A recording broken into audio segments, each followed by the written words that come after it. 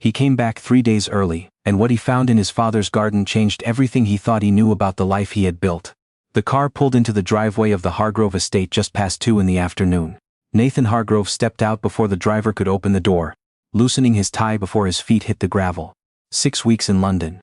Back-to-back acquisitions, 12-hour days, dinners he could not remember eating. He had told himself the whole flight home that he deserved a night off. Maybe 2. What he had not told himself was why he had booked the earlier flight without telling anyone. He already knew why. He just had not been ready to say it out loud. 3 weeks ago, his father's doctor had called during a board meeting. Nathan had stepped into the hallway, listened for 90 seconds, and then said, "I'll increase the nursing staff." He had gone back into the meeting before the doctor finished talking. His father, George Hargrove, was 79 years old.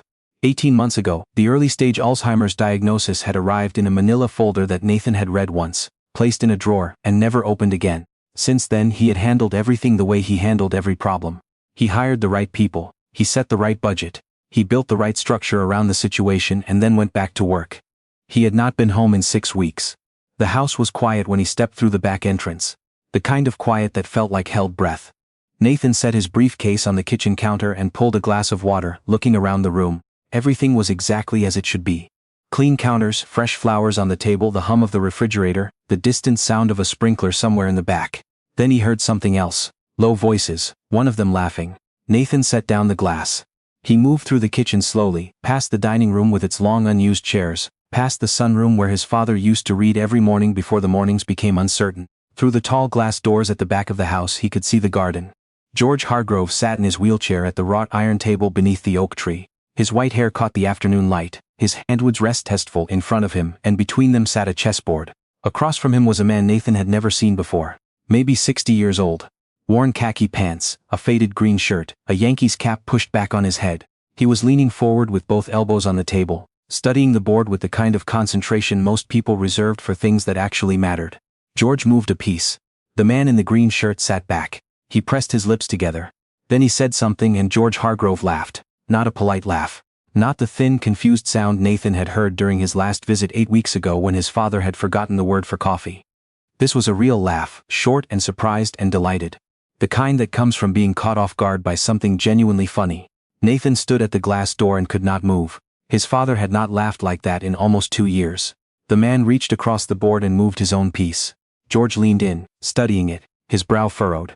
One hand came up and touched his chin, a gesture so familiar that Nathan felt it press hard against the inside of his chest. His father always did that when he was thinking, always had. Even when Nathan was 8 years old, sitting across from him at this same table.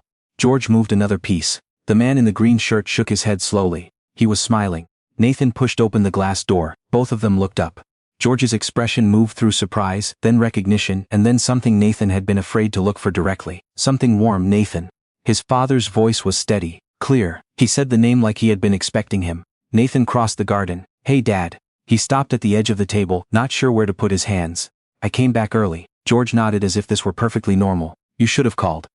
I wanted to surprise you." His father's eyes moved to the chessboard then back up.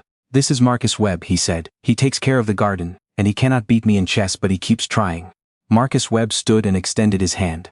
He was broad-shouldered, unhurried in his movements, with calloused hands and quiet eyes. "Mr. Hargrove," he said.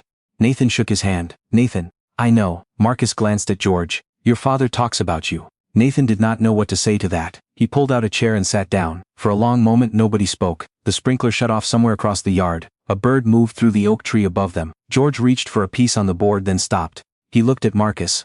"Where were we?" "You had me in trouble," Marcus said. He sat back down and leaned over the board. "Right here, see this?" He pointed to a rook positioned near the center. "You were thinking about this move." George studied it. His hand came up and touched his chin again. Nathan watched. The gardens here were his mother's original design. She had planted the roses herself, laid the stone path that curved from the back door to the oak tree, chosen the iron table and chairs herself from a catalog she had ordered 3 times because she kept losing the first 2. She had died 11 years ago, and his father had maintained every inch of it in the years since, as if keeping the garden alive was a form of keeping her. But for the past year and a half, Nathan had arranged for a landscaping service to come twice a week, efficient, professional. The garden still looked perfect. He had not thought to ask if his father could still walk through it. "Night," George said. He moved it 2 squares. Then he sat back with Marcus looked at the board for a long time. Then he shook his head and laughed under his breath. "Every time," he said. George's mouth curved. Every time, he agreed. Nathan sat at that table for 20 minutes watching them finish the game. He told himself he was catching his breath from the travel. But the truth was he did not want to interrupt whatever this was. Later, when Marcus stood to go and said goodnight to George like a man who had said it many times before, Nathan followed him toward the back of the garden, toward the small tool shed near the fence. "How long has this been going on?" Nathan asked. Marcus turned. He was unhurried, not defensive. "The chess? All of it." Marcus looked back at the house where through the glass doors Nathan could see his father's silhouette near the window. A nurse had appeared talking to George softly, and his father was nodding at something she said. "About 6 weeks," Marcus said. "Maybe 7. 6 weeks. Nathan had been in London for 6 weeks. "Who approved this?" he asked. Marcus looked at him evenly. "I didn't know it needed approving. We were both out here one morning. I was trimming the roses. Your father rolled his chair out to the terrace and started watching me. After about 20 minutes, he asked if I played chess. And you said yes. I said I used to. He said bring a board tomorrow." Nathan's jaw tightened. "My father has Alzheimer's. I know, he forgets things. He gets confused. He needs supervision and structure, not." Nathan stopped. "Not what?" Marcus said. Quietly, but not gently. There was a difference. Nathan looked at the garden, at the roses his mother had planted, now trimmed with a precision that suggested someone had spent real time on them, not just the landscaping service passing through. "Who told you where to prune those?" Nathan asked. Marcus paused. "Your father did, 3 weeks ago. He told me your mother's system. Which ones got cut back in summer? Which ones she left alone?" He remembered all of it. Nathan said nothing. "He remembers more than people expect." Marcus continued, "When he's not being hurried." The sentence landed without drama. That was what made it worse. Nathan turned and walked back toward the house. He went to his father's study first. The room that had once smelled like pipe tobacco and old books, and now smelled like antiseptic and fresh linen because the cleaning schedule demanded it. The medical binders were stacked on the corner shelf. Nathan pulled the top one and sat down. He had been receiving weekly reports for 18 months. He had read them. He had forwarded them to his assistant with instructions to flag anything urgent. He had adjusted the care budget 3 times. He read the reports differently now. Not looking for progress markers. Looking for what was missing. No mention of the garden. No mention of what George ate for breakfast on his own terms. No mention of whether he slept better on nights with a window open or closed. No mention of chess. The reports were thorough. They were also, Nathan realized, a portrait of a man reduced to his symptoms. He closed the binder. Outside the window the garden had gone gold in the late afternoon light. The roses near the far wall were in full bloom, pink and heavy. Exactly the way his mother had always kept them. His father had remembered her system. 3 weeks ago, in the middle of a conference call about an office tower in Manchester, George Hargrove had remembered how his wife pruned roses, and Nathan had not been there to hear it. The next morning Nathan came down before the nurse had started her rounds. The house was still dim, the kitchen quiet except for the early birds outside. He put on coffee and stood at the counter, unsure of his own intentions. He heard his father before he saw him. A steady sound from the back hallway. George Hargrove was already in his wheelchair at the glass doors, staring out at the garden in the gray morning light. Nathan poured a second cup and brought it over. George looked up. For a moment the pause was long enough that Nathan felt the old familiar tension, the waiting to see which version of his father's mind would surface. Then George said, "You're up early, couldn't sleep." Nathan handed him the cup. George took it in both hands. He looked down at it. "You made it too strong. You always said I did. I was right." Nathan almost smiled. He pulled over a chair and sat beside him. Outside the sky was beginning to lighten over the oak tree. The roses along the back wall were still in shadow. "Dad," Nathan said after a while, "tell me about Marcus." George turned the cup slowly in his hands. "What do you want to know? How it started? What you talk about?" George was quiet for a moment, not confused, considering. "He was out there one morning and I watched him work. He moves like someone who isn't in a hurry." He looked at Nathan. "There aren't many people like that anymore." Nathan nodded. "We talk about the garden sometimes about baseball. He used to teach, you know, before he retired." "Teach what?" "Chess, mostly. At a school in Queens, for 20 years. George looked back out at the garden. He said most of the kids who came in angry left calmer. He said the board gives people something to control when they feel like they can't control anything else. Nathan looked at his father's hands around the cup. "I feel like that," George said simply. "Some mornings." Nathan did not say anything. He could feel the weight of everything he should have asked over the past 18 months pressing down on him all at once. "I know I forget things," George said. His voice was steady, matter of fact even. "I know it's getting worse. The doctors told me. You've told me in your way. The nurses are careful around me like I'm made of something breakable." He paused. "Marcus just talks to me. That's all. That's everything." George looked at him. "He asks me things. What the roses should look like in September.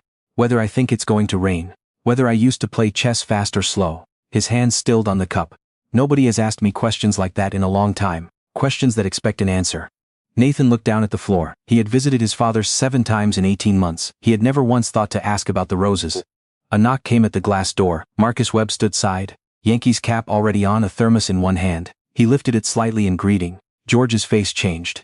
The tension Nathan hadn't even noticed left his father's shoulders. Nathan stood. He went to the door and opened it. Marcus looked at him. No apology in his expression, no performance. Just a man showing up to do something he had been doing for 6 weeks without anyone's permission or praise. "Morning," Marcus said. He looked past Nathan to George. "Ready to lose again?" George made a sound that was almost a laugh. "Set up the board."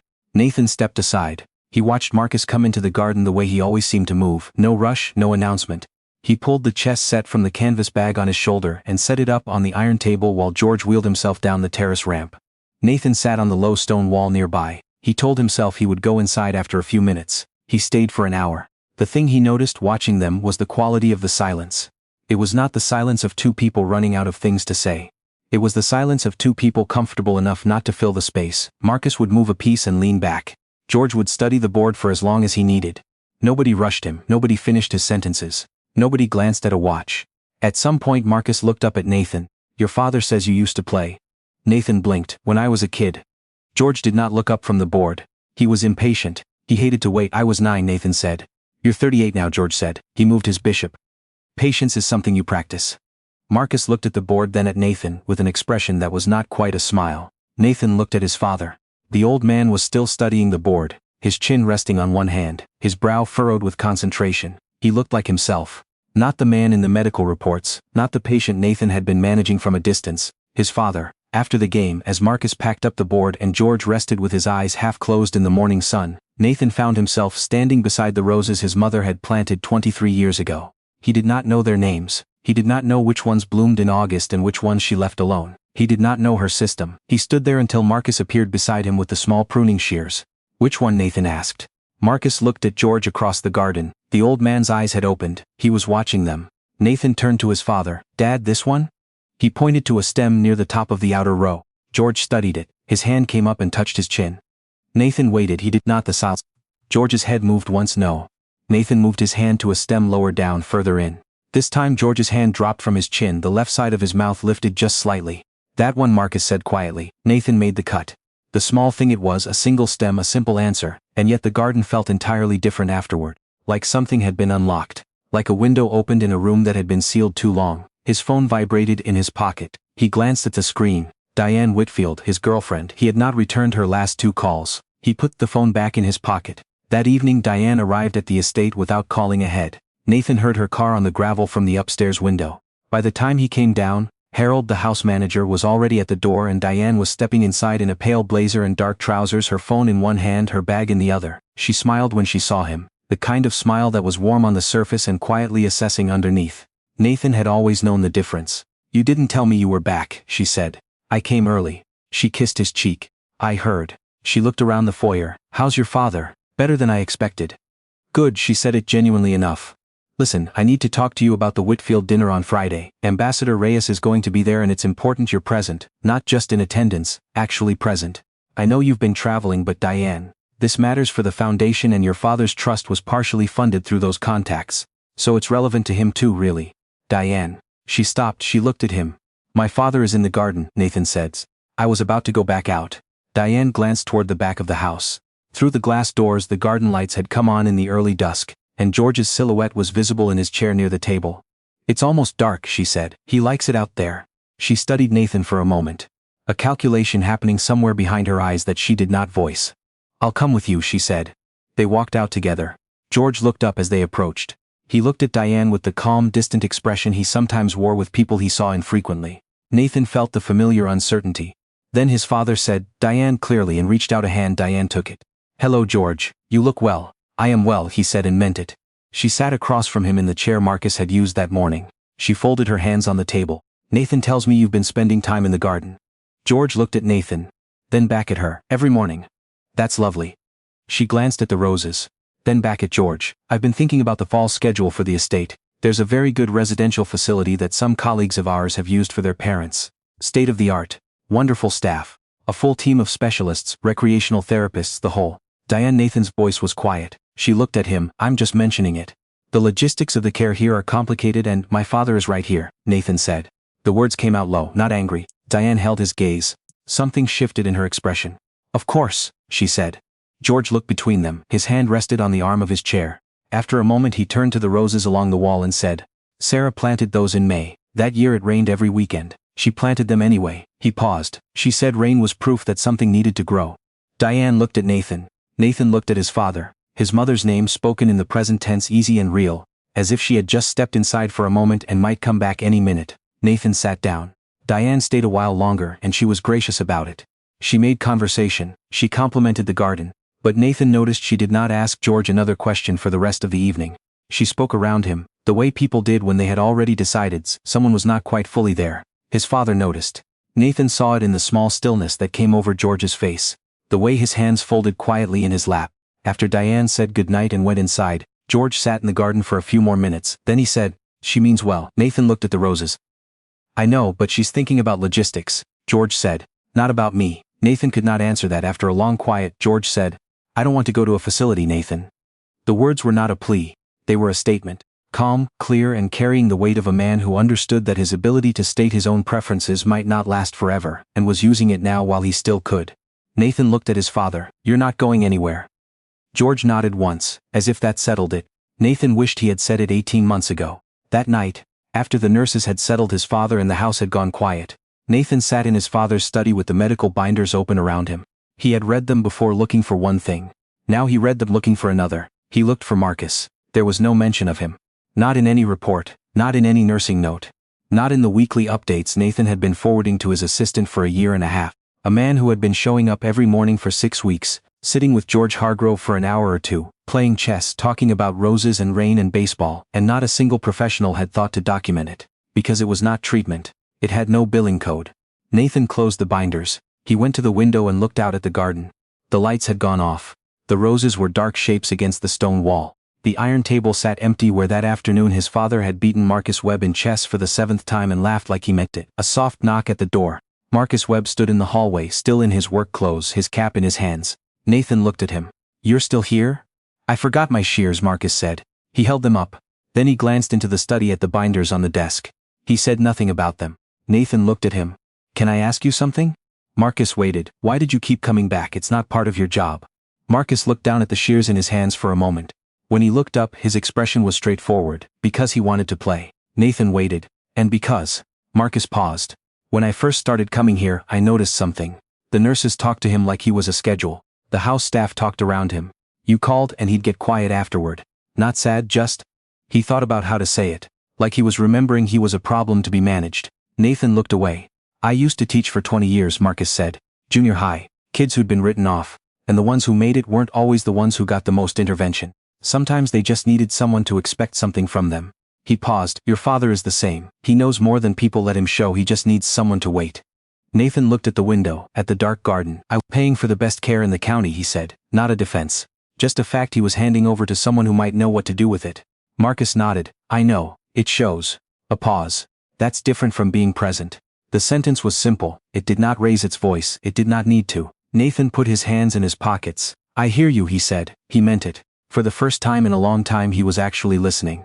The days that followed were not dramatic. There was no single moment of transformation. That was the thing Nathan had not expected. He had spent his professional life looking for pivot points, decisive turns, the moment the deal changed. But this was slower than that and more real.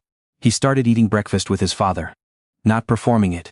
Actually sitting down with a plate and a cup of coffee and staying until George was finished.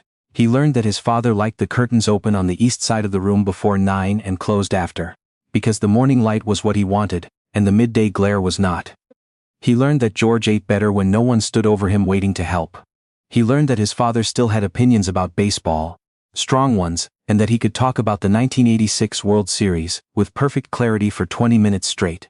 He learned that his father was still in there. He had known it intellectually. He had not known it the way you know something you can feel. One morning he brought the old chess set down from the shelf in the study. The one his mother had bought at an estate sale when Nathan was 7. Dark wood, weighted pieces, a board with a hairline crack along the center that she had never gotten fixed. He set it up on the iron table while Marcus watched. George looked at the board, then at Nathan. You remember how? His father asked poorly. Nathan said. His father almost smiled. Then we have something to work on. They played slowly. Nathan lost inside of 12 moves. He set up again and they played again. He lost in 15. Marcus, sitting to the side with his did not offer advice. He had the decency not to. The third game went longer. George took a piece and then sat back and watched Nathan study the board. Nathan took his time. He felt the old impatience rising and let it pass. He looked at the pieces. He tried to see the board the way his father saw it. He moved a knight. George's eyebrows went up. Better, his father said. It was not a compliment Nathan would have registered 6 months ago. 6 months ago he had been closing a $250 million transaction and being named to 2 national boards. A small word from an old man in a garden would have not touched him at all. He felt it now like the thing it was. Diane called 3 times that week. Nathan returned the calls, but something had changed in the spaces between his sentences, some distance that had not been there before, and she heard it. On the third call she said, "You've been very present here." "I have," he said. "That's good," she said. And then, carefully, "But you have a life too, Nathan. Your father has good people around him." Nathan looked through the window at the garden where his father and Marcus were mid-game in the afternoon light. "He does now," Nathan said. A pause. "What does that mean?" "It means I should have been here more. I'm here now. And the Whitfield dinner? I'll be there. And after?" Nathan thought about the chessboard with the hairline crack, about his mother's roses, about the way his father said her name in the present tense, easily, as if she had just stepped out for a moment. "I'm going to come back more often," he said. "That's what it means." Another pause. "Longer this time." "This feels different," Diane said. "It is." She stopped, started again. "Is this still what you want?" It was a fair question. He had heard her in the garden talking around his father instead of to him. He had watched her list the amenities of a residential facility while George sat 3 feet away. He had seen the look in his father's eyes afterward, quiet and knowing. "I don't know yet," Nathan said. "But I know what I don't want." She heard him. He could tell by the silence. They ended the call politely, which meant nothing was decided and everything was. On a Tuesday morning 2 weeks after he had come home early, Nathan was in the garden when his father reached over the chessboard and took his hand. It was not dramatic. George did not say anything first. He simply reached across his thin hand covering Nathan's and held it for a moment. Nathan looked up. George's eyes were clear. He looked at his son the way Nathan remembered being looked at as a child, steadily, without agenda. "I know you've been here," George said. "Every morning." Nathan could not answer. "I know it wasn't always easy to stay." His father's hand was still over his. "So I want you to know I notice." Nathan's throat tightened. "I noticed when you started waiting," George said. "You used to rush through silences. You'd answer before I finished. You'd tell the nurse what I wanted before I could say it." He paused. "You stopped doing that." George nodded. "That's what matters." He squeezed once, then let go and looked back at the board. "Now, you're losing again. But this time I think you see it." Nathan looked at the board. He did see it. He had left his queen exposed 2 moves ago and had not noticed until now. Marcus, from his chair nearby, said nothing. He was looking at the roses his father had directed him to prune 3 weeks ago, now blooming pink and heavy against the stone wall. "Dad," Nathan said. George looked up. "What was Mom's system for the roses in fall?" George looked at the back wall. His hand came up and touched his chin. He was quiet for a long time, long enough that Nathan felt the familiar pull of anxiety, the fear that the question had gone somewhere unreachable. Then George said, "She cut the climbers back to the 3rd strong cane, left the rest alone until November. She said they needed to finish on their own terms." He paused. "She had a rule. Don't cut anything that's still trying." Nathan looked at the roses. "Don't cut anything that's still trying." Marcus was writing something in the small notebook he kept in his breast pocket. Not looking up, just recording it, as if it were something that deserved to be kept. Nathan looked at his father. He thought about 18 months of reports with no mention of roses. 18 months of management from hotel suites and conference rooms. 18 months of providing everything and being present for none of it. He thought about a man who used to teach chess to kids who had been written off, who showed up every morning with a thermos and a canvas bag, who waited without being asked to wait, who built something irreplaceable by doing what looked like nothing. He thought about his father laughing. The real laugh. The one he had heard through the glass door, the day he came home 3 days early, and did not know yet that coming home would mean something different than it ever had before. George moved a piece. Nathan looked at the board for a long time. Then he moved his queen out of danger, 1 square, quiet and deliberate. His father smiled, and for the first time in years Nathan Hargrove did not think about what came next. He was already exactly where he was supposed to be.